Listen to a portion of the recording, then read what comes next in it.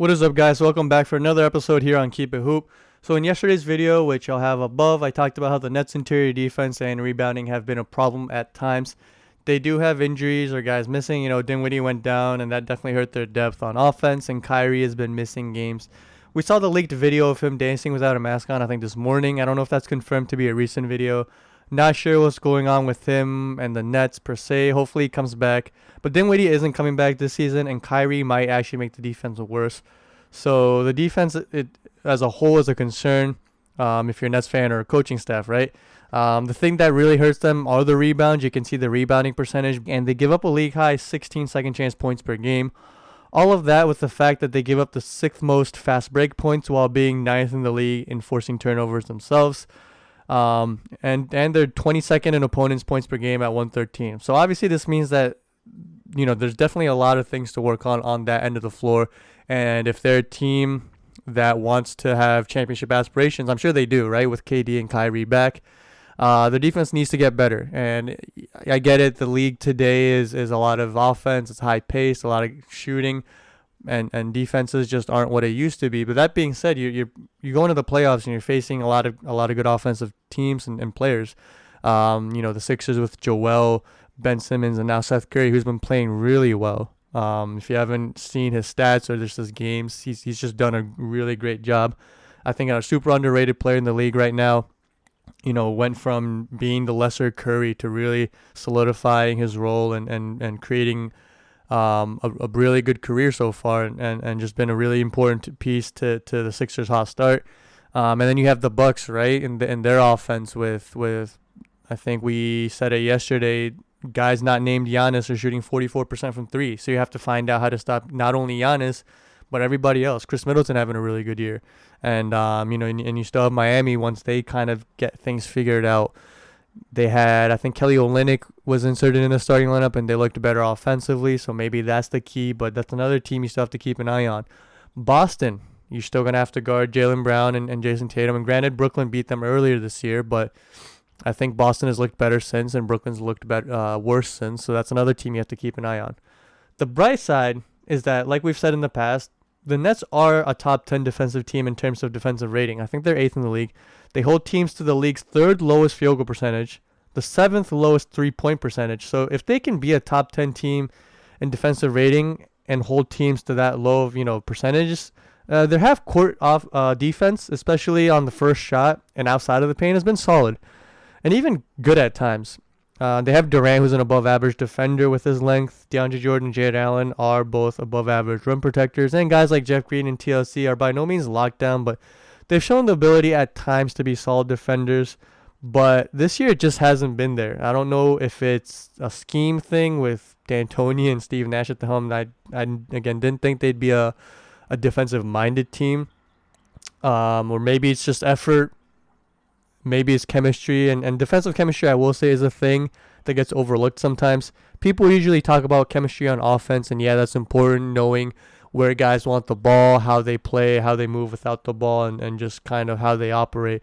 But the same thing can be said on defense, and I don't think it gets talked about enough. Knowing, again, how your team wants to operate, and just things like rotations and being able to trust them. And we're going to watch this first or their last game against OKC, and they gave up 66 points in the paint, none of them which were even second chance points. And you'll see in some of the clips here just how bad their defensive breakdowns were.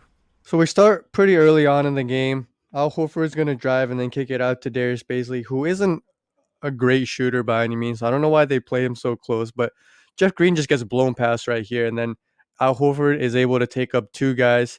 He screens Jeff Green, and then Karis LeVert. You can see him right here, right? He kind of just gives up on the play, but you see Jeff Green's occupied. So two guys occupied. And Joe Harris, I know he's on Lou Dort, and Lou Dort has had a few games where he's made multiple threes, but that's still a shot you live with, especially when there's an uncontested dunk taking place. So Joe Harris should 100% be sliding in earlier.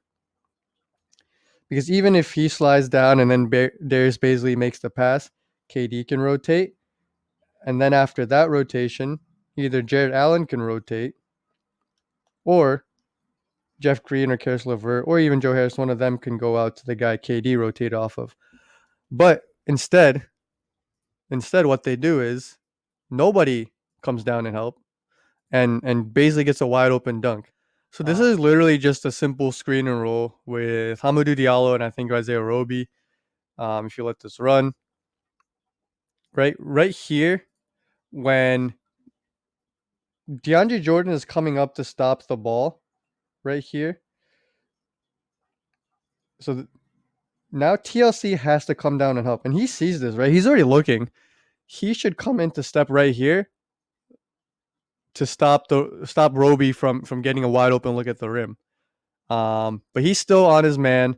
He's helping a little bit, but he needs to commit to that. And then ideally, if even if Roby makes a pass, then Torian Prince can shift over, and then again either Shamit, probably Shamit, or Shamit could then go out and cover for Torian Prince's guy if they make another pass after that.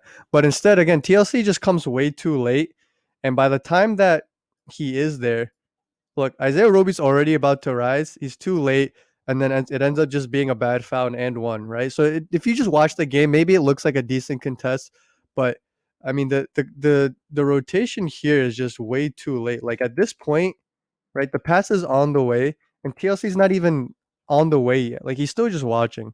So just really late rotations, and in this league, your rotations, they can't just be on time. You need to be there early, and you need to just be able to move.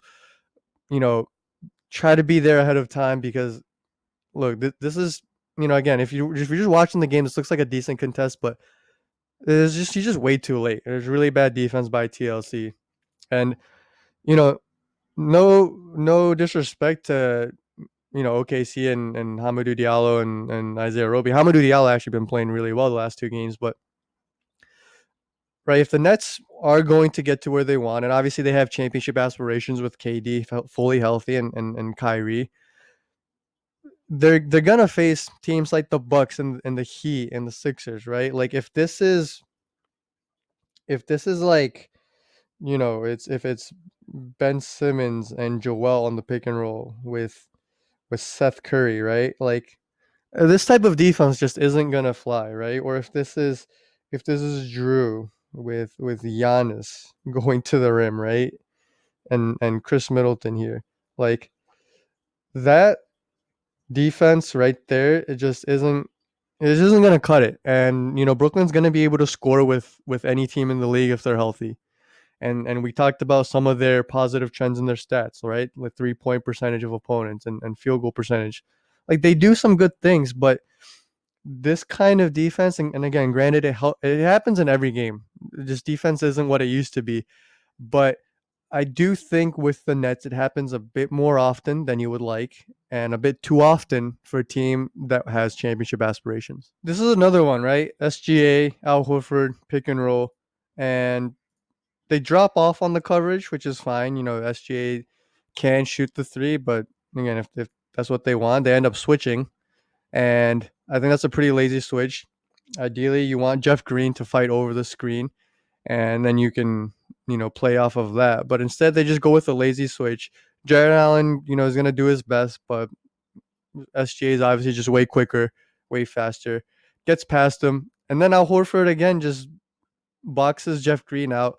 And Karis LeVert, Karis LeVert's someone I think has a lot of talent and potential, but I do think sometimes he lets his offense dictate his defense, and just he's shown that he can play solid defense, but I think he's had some really disappointing defensive lapses. And here's another one. He just watches SGA get a wide open layup. Like he's like, what are you doing? He just watches, and he doesn't even make an attempt, not even a swipe at the ball. He just watches, and he knows it. Like look at that face. Look at that face. He knows he messed up, right? Like, but that's just such lazy defense. And again, like, when you're playing really good teams and really good players, giving up dunks like this can be momentum changers. Maybe, Giannis starts the game 1 for 3, 1 for 4, 1 for 5, and he's struggling. And you want to keep him down, but he gets a dunk like this and he gets fired up. Like defense like this just isn't going to cut it. There's really bad defense here by Karis LeVert. George Hill on this one's gonna wrap all the way around, and you can Levert like Levert and one and Jared Allen. First of all, don't even know if they're gonna switch this or what they're gonna do. Levert comes back around, but you see how late and how much space, how late Karis Levert is and how much space George Hill has, right? Um, and you never want to give up easy lane or easy drives to the basket, but here George Hill just is able to get 2 feet in the paint really easily because if you let this run, right, he just easy there. Just Karis Levert, I mean, his hands aren't even up. Karis, what are you doing? And Jared Allen has to come up, 2 hands up, and then what happens is George Hill just dumped down pass to Jared Allen or Al Horford, and Jared Allen can't help. If this is going to happen, then ideally you want at this point KD can even come down and help, and then again Jeff Green can rotate, right? But there's just no rotation here. Like there just seems to be no rotation outside of the if there's a pick and roll or if there's like just weak side, but there's no rotation besides the weak side or just the first guy coming over. Again, I don't know if that's just effort or communication, but just really lazy defense here. Starts with bad defense by Levert. Jared Allen tries, right? I don't think Jared Allen can do much here. Um, you have to stop the initial penetration, which he does, and then nobody helps him out after he helps out Levert. So they run a pick and roll here, and then you're gonna see a wide open dunk again. Let it run, and just nobody's even in the paint for Brooklyn. Right, they were gonna switch it, and then they just it's you know Levert just gets beat. He gives up the inside position, gets beat. Jared Allen too far to help, and then yeah, there's just nobody in the paint. This is just way too easy. Again, this is Hamidou Diallo and Theo Maledon, right? No disrespect to those guys, but if they can't guard a pick and roll with those guys, what are they gonna do when it's Drew and Giannis, or when it's Tyler Hero and Bam even, right? And they're not on that level of the first guys, but still. Or if it's the again Joel and Ben. Like how are they gonna if they can't stop them? The playoffs could get really ugly for stretches if they can't guard a simple pick and roll. This defense here is just horrible. This one's less so team defense. I mean, there still is bad rotation, but this is just really bad individual defense, right? 15-point game at the fourth. Maybe it's over. They set a double screen, right? Katie's biting his nails. He's just watching. And Shai rejects the screen and then just gets a wide open layup. Nobody's helping. Nobody. Right? Like if you let this run again, Joe Harris has to do a way better job of having some kind of resistance and making him use the screen or whatever, but he just gets beat easily. TLC again, I mean he's been pretty bad helping in rotation wise so far, but he doesn't even make a swipe at the ball. He's concerned with making sure Lou Dort, right? Lou Dort, the 3-point shooter we all fear, right? For some reason, TLC wants to do everything he can to make sure Lou Dort doesn't get a 3 over him this game. Doesn't even swipe at the ball, right? Doesn't do anything. And KD's just watching. Ideally, you want him to really charge in there, stop the layup or dunk. Because then again, if he rotates, then Jeff Green can slide down and rotate, and then you can run with that. Like we're 7 seconds on the shot clock. You make them hurry, and, take a shot. Maybe they don't want, and maybe if it's a better look, but it's still better than a wide open layup at the rim, uncontested in the fourth. Like it just blows my mind that a team that has championship aspirations, and it's not like they're a bunch of young guys. Like this is a veteran team that knows what it takes to win. They have guys who have been there and done that, right? KD's won championships. Jeff Green's played in big games, but like for some reason they just watch and like nobody has even set a foot in the paint, and that's just awful defense. I don't understand it. Jeff Green hasn't moved. TLC hasn't moved. KD hasn't moved. And Joe Harris initially just awful defense as well. So we definitely saw a few clips of the Nets defense just giving up or looking really bad.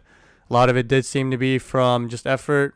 Some of it was bad individual defense and then a lack of communication or rotation. All in all, in the long run, I do think the Nets are still in a decent position, especially in the playoffs. You got to have to beat the Nets 4 times and face Kyrie and KD. It's no easy task.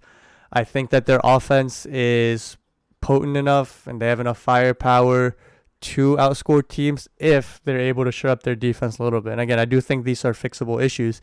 Maybe if they can go out and get someone around the trade deadline, another wing defender and or a rebounder, I think that would help. I do think that that's another area where the Dinwiddie injury hurts them a little bit. They are going to miss his playmaking and production and shooting on the court, but Dinwiddie was a name that was brought up in a lot of trade scenarios, and along with LeVert, he was a guy that teams were eyeing, especially after having really good production the last few years. But now that he's out for the season, it'll be a bit harder to move him, so we'll see. Maybe the Nets can get creative and move some of the pieces around. It's not like they have a huge amount of assets, but yeah, I mean, I think it really does come down to just playing harder and trusting each other. There's pretty fixable stuff, and if they can do that, then I think they are still scary. But yeah, that'll be it for today. Thanks for watching. Please subscribe, like, share, and comment. Be greatly appreciated. And if you could check out our social media pages and follow those as well, links will be in the description below. But yeah, thanks again, and we'll see you guys again soon. Peace.